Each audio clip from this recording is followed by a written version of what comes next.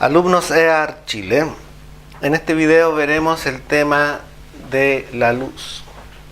Como fuentes, ¿qué es la luz? Primero que nada, podemos decir que es todo aquello que es posible de ver. Las fuentes de luz pueden ser primarias o secundarias. Fuentes de luz primaria son aquellas que emiten luz por sí mismas, por ejemplo el sol. Y fuentes de luz secundarias son aquellas que emiten luz pero por efecto del reflejo. Por ejemplo, el sol, fuente de luz primaria, y la luna, fuente de luz secundaria. Pueden ser naturales o artificiales. La luz artificial, por ejemplo, cuando encendemos una ampolleta. La luz natural, nuevamente, podemos ver el sol. El origen de la luz. Para explicar el origen de la luz, recurrimos al modelo de Bohr. Teníamos un núcleo y los electrones circulando en torno de ese núcleo. Entonces, cuando nosotros tenemos un electrón que está en esta órbita, por ejemplo, Bohr introdujo el concepto de energía cuantizada al interior del átomo. Eso significa que la energía de esta órbita con respecto a la energía de esta otra órbita está cuantizada. Aquello es que entre medio no hay un camino posible, no hay energía. Además, la energía 2 es mayor que la energía 1. Por lo tanto, cuando un electrón salta de un nivel de energía mayor a uno menor, la diferencia de energía, el delta E, sale en forma de radiación de luz. Se dice que sale un fotón. Un fotón es un concepto de la luz como partícula. Por lo tanto, el origen de la luz serían saltos electrónicos. Teorías de la luz. Teorías, tenemos dos fundamentalmente: la corpuscular,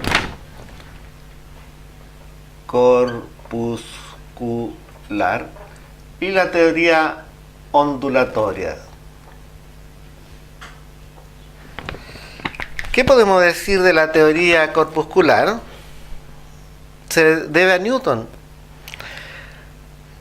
Newton tenía varios argumentos para decir que la luz era un corpúsculo. Decía, por ejemplo, que la luz puede viajar en línea recta, igual que las partículas. Un obstáculo hace que la luz no lo pueda pasar, produciendo sombra. Los corpúsculos rebotan, se reflejan. Pero no podía explicar algunas cosas que hace la luz. ¿Por qué los cuerpos no pierden masa al emitir corpúsculos? Claro, porque si la luz es un corpúsculo, significaría que los cuerpos al emitir esa luz pierden masa. ¿Por qué algunos corpúsculos se reflejan y otros se refractan? Tampoco podía explicar eso. Por lo tanto, la teoría corpuscular de Newton funcionaba bien en algunos aspectos y mal en otros. La teoría ondulatoria se la debemos a Christian Huygens. Newton y Huygens.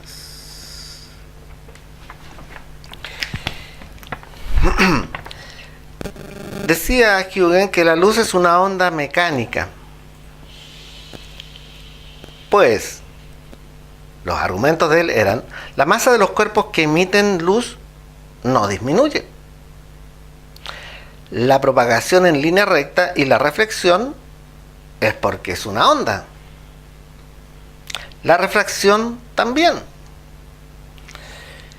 Es decir, respondía a las inquietudes que había en la teoría corpuscular. Sin embargo, adolecía de algunos problemas. ¿Por qué la luz viaja por el vacío? Además, no se habían observado interferencia y difracción en el momento de la teoría ondulatoria. Ahora, en la actualidad se acepta un comportamiento dual.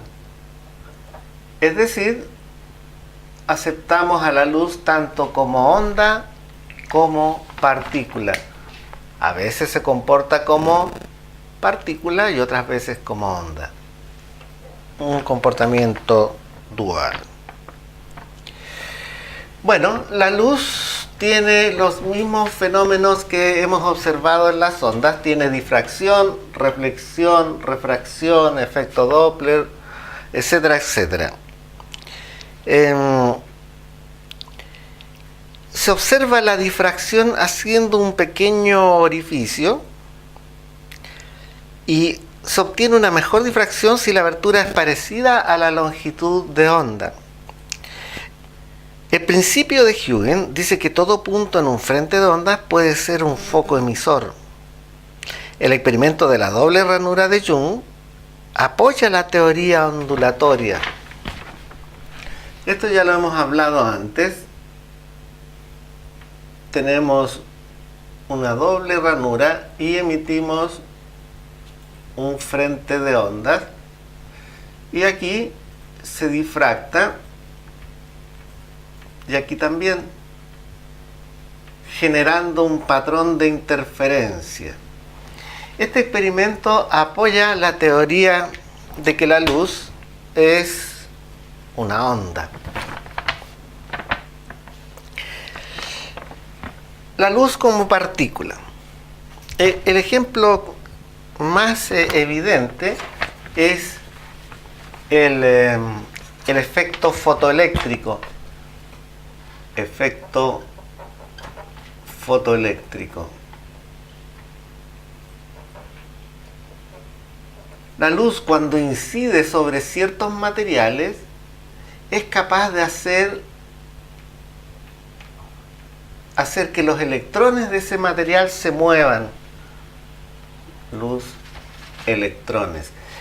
Y al hacer que los electrones de ese material se muevan, es posible producir energía eléctrica. Energía eléctrica. Por este trabajo a Albert Einstein le dieron el premio Nobel, no por su trabajo de la teoría de la relatividad, que es más famoso. Entonces, este efecto fotoeléctrico es muy importante. En la actualidad en Chile se están haciendo muchos proyectos con celdas fotovoltaicas. En el norte se está haciendo el proyecto Espejo de Tarapacá. Espejo de Tarapacá, donde apenas con un 5% de la superficie del desierto de Atacama se podría generar toda la electricidad que necesita Sudamérica completo. Por lo tanto, este es un proyecto espectacular que está en pleno desarrollo. Les recomiendo que lo investiguen. La luz como partícula, entonces tenemos el efecto fotoeléctrico. Ahora, otro fenómeno es la presión luminosa. Esto es un poco extraño, pero la luz ejerce presión. El espectro electromagnético.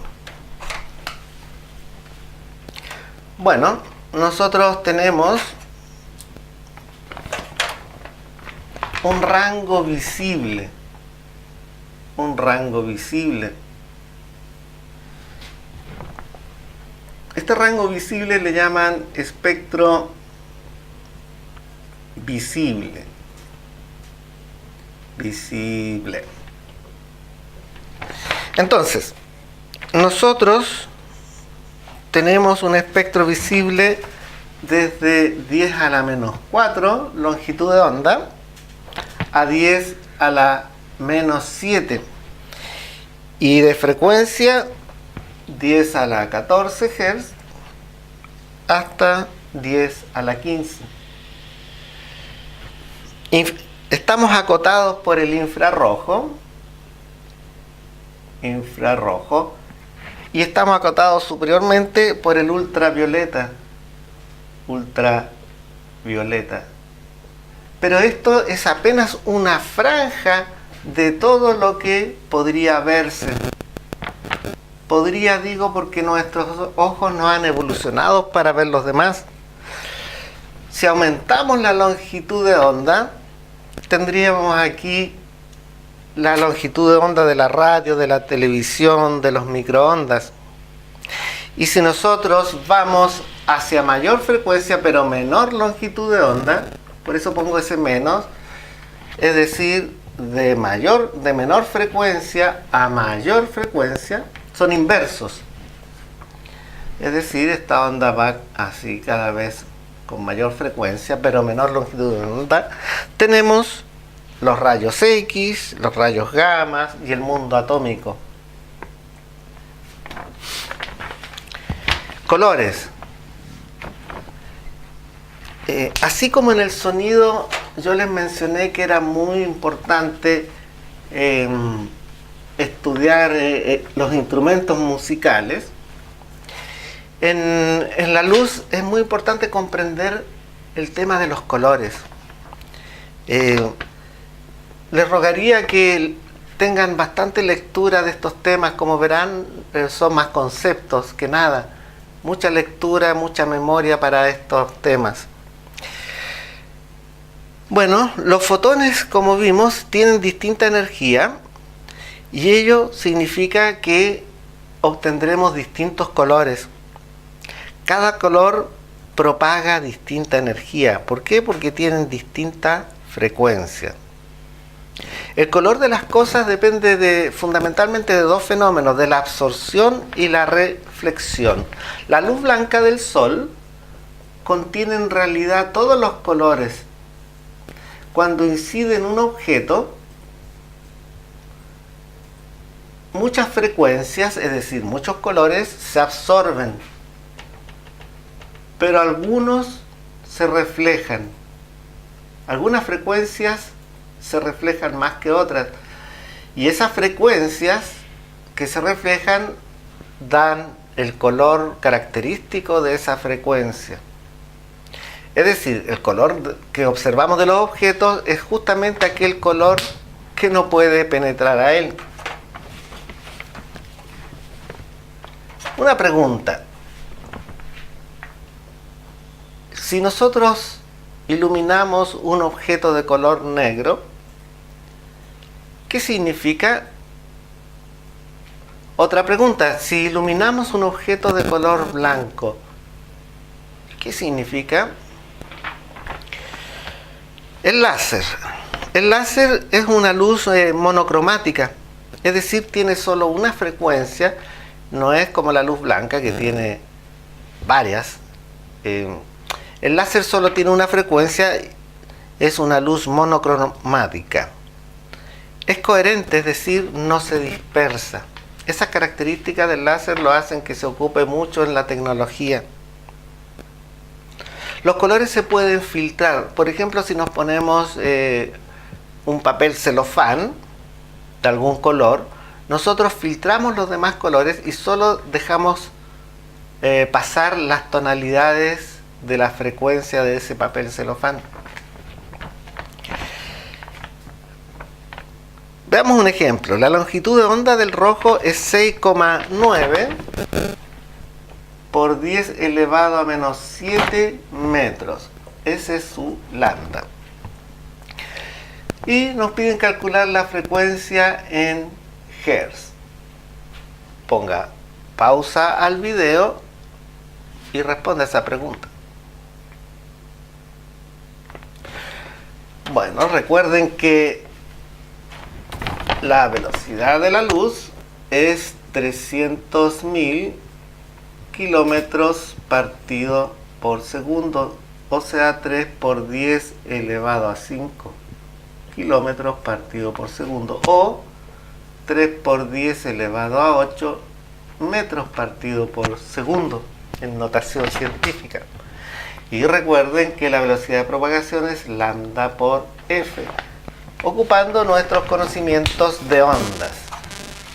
Esos siguen valiendo en esta materia, no hay que olvidarlos. Bueno, la frecuencia de la luz incidente hace que un objeto sea opaco o transparente. Por ejemplo, la luz blanca y los rayos X. Los rayos X penetran en nuestro cuerpo y lo hacen ver transparente. La luz como fuente de energía. Bueno, la ecuación de Planck, yo les comenté que la energía estaba cuantizada en el interior del átomo, es igual a la constante de Planck por la frecuencia de la onda. Fuente de energía, por ejemplo, la fotosíntesis.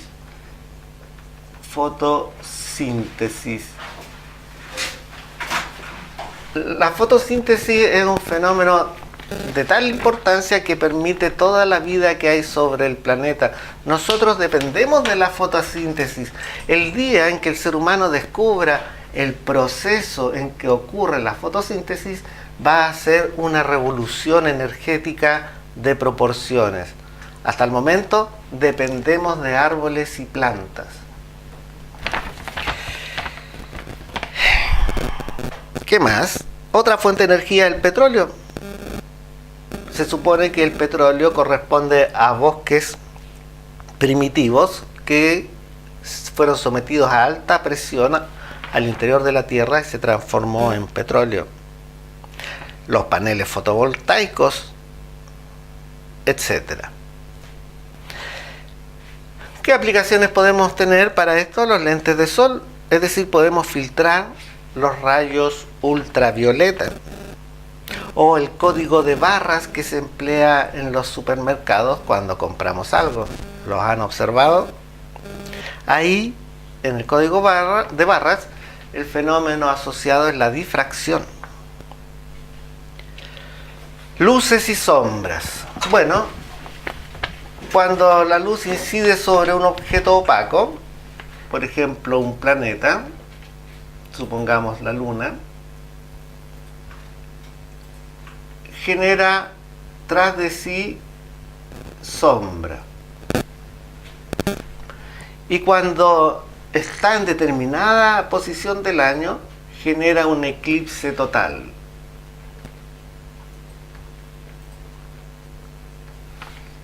Hay sombra y hay penumbra. Son cosas distintas. Sombra en objeto opaco. Umbra se produce cuando el objeto es pequeño. Se produce un sector, aquí hay una fuente luminosa. Y se produce una pequeña sombra acá, se le llama umbra. Que sería una sombra parcial. Es un objeto más grande y que también se produzca una sombra parcial, se le llama penumbra. Sombras parciales. Por ejemplo, los eclipses solares presentan estos fenómenos de umbra y penumbra. Bueno, la reflexión, otro fenómeno asociado a las ondas muy trascendental. Por ejemplo, tenemos la reflexión especular, que es cuando viene un rayo de luz, se refleja, y por ejemplo lanzamos un rayo de luz paralelo y el reflejo es paralelo al anterior. Ahí tenemos una reflexión del tipo especular, pero también podemos tener una reflexión difusa, especular y difusa. Va a depender de la superficie del material. Si es muy rugoso, algunos rayos sale para allá, perdón. Lanzamos otro rayo y nos sale paralelo, sale para allá, por ejemplo. Eso es debido a que la superficie no es lo suficientemente lisa. Entonces, reflexión especular y difusa. Tenemos también la ley de Fermat, o el principio de Fermat. Ley de Fermat. El camino más corto, la luz siempre va a elegir el camino más corto, es decir, una línea recta. La luz se propaga en línea recta. Es un concepto relativo, en el sentido de que como la luz también es partícula, también se curva. Tenemos el planeta Tierra, o cualquier otro planeta en realidad, y viene una luz, y por el efecto de la masa del planeta, la luz se curva. Aquí lo exagerado. De manera tal que nosotros podemos ver objetos en el cielo que no están en la posición aparente debido a la curvatura de la luz. Podremos decir que la ley de Fermat se aplica a distancias pequeñas en nuestro nivel terrestre, pero a nivel de universo, de planetas, ahí como pareciera que esta ley no funciona muy bien. La refracción, otro concepto de las ondas que hemos estudiado mucho.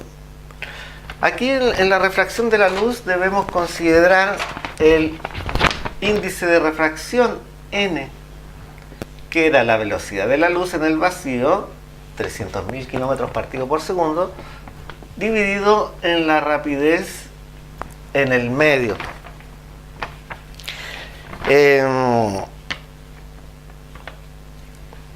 A veces nosotros tenemos una parte que se refleja y una parte que se refracta. Esto también ya lo habíamos hablado. Pero si nosotros hacemos incidir este rayo, obtendremos un ángulo crítico en donde nada se refracta, todo se refleja.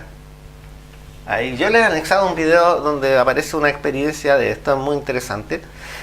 Ese es el ángulo crítico de reflexión.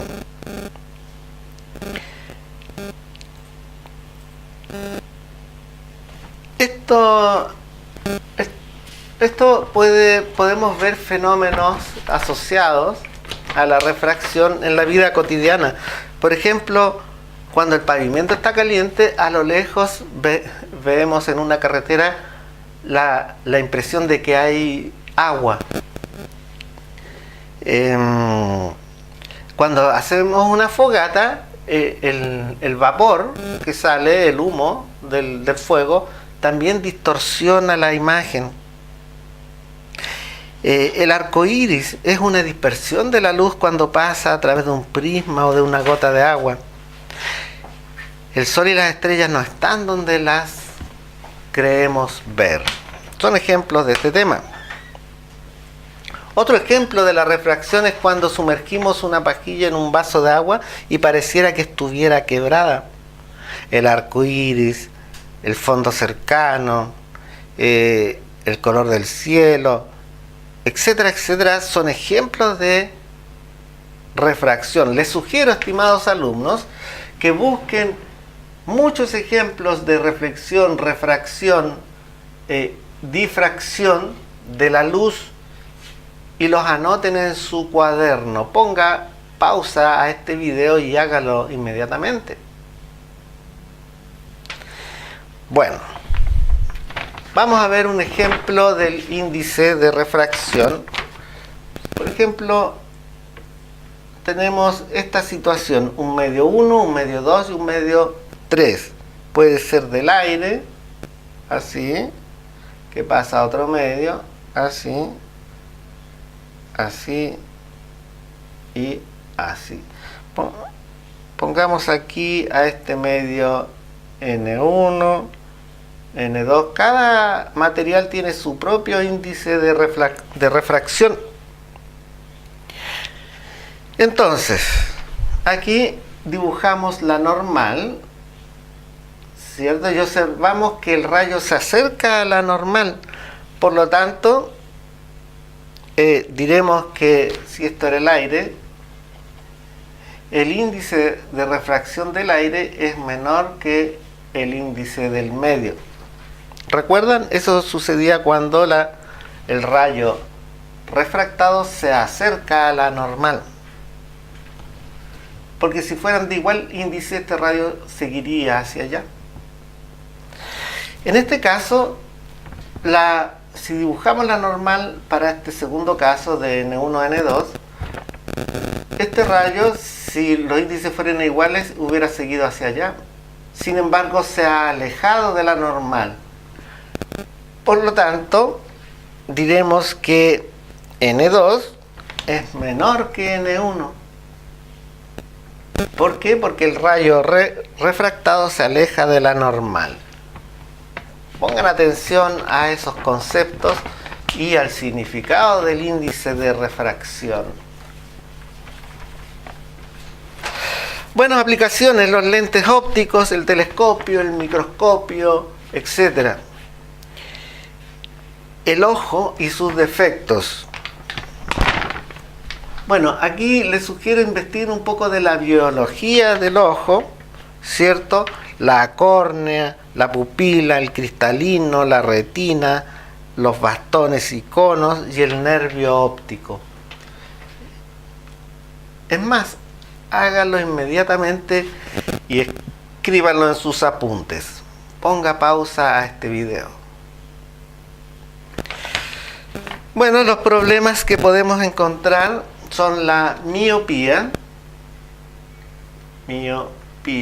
es decir, que cuando observamos algo, los rayos de luz se cortan antes de la retina. Observamos borroso y desenfocado. ¿Cómo hacemos para corregir esto? Usaremos algún lente de tipo divergente aquí para hacer que los rayos diverjan y se encuentren por fin en la retina. Tenemos también, este ojo me quedó un poco ovalado, la hipermetropía.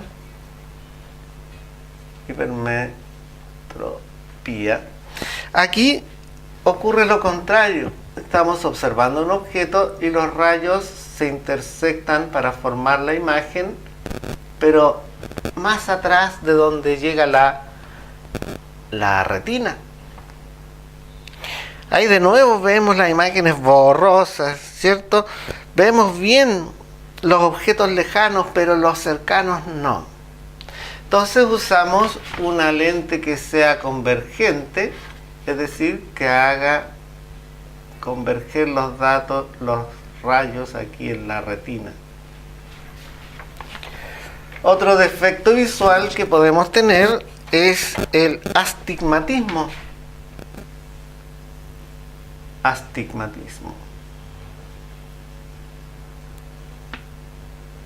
Aquí el fenómeno es un poquito más complejo, porque estamos observando una imagen y los rayos se cortan en diferentes partes, generando unas dobles imágenes, una cosa muy muy molesta.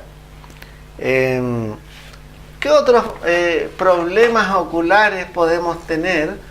El daltonismo.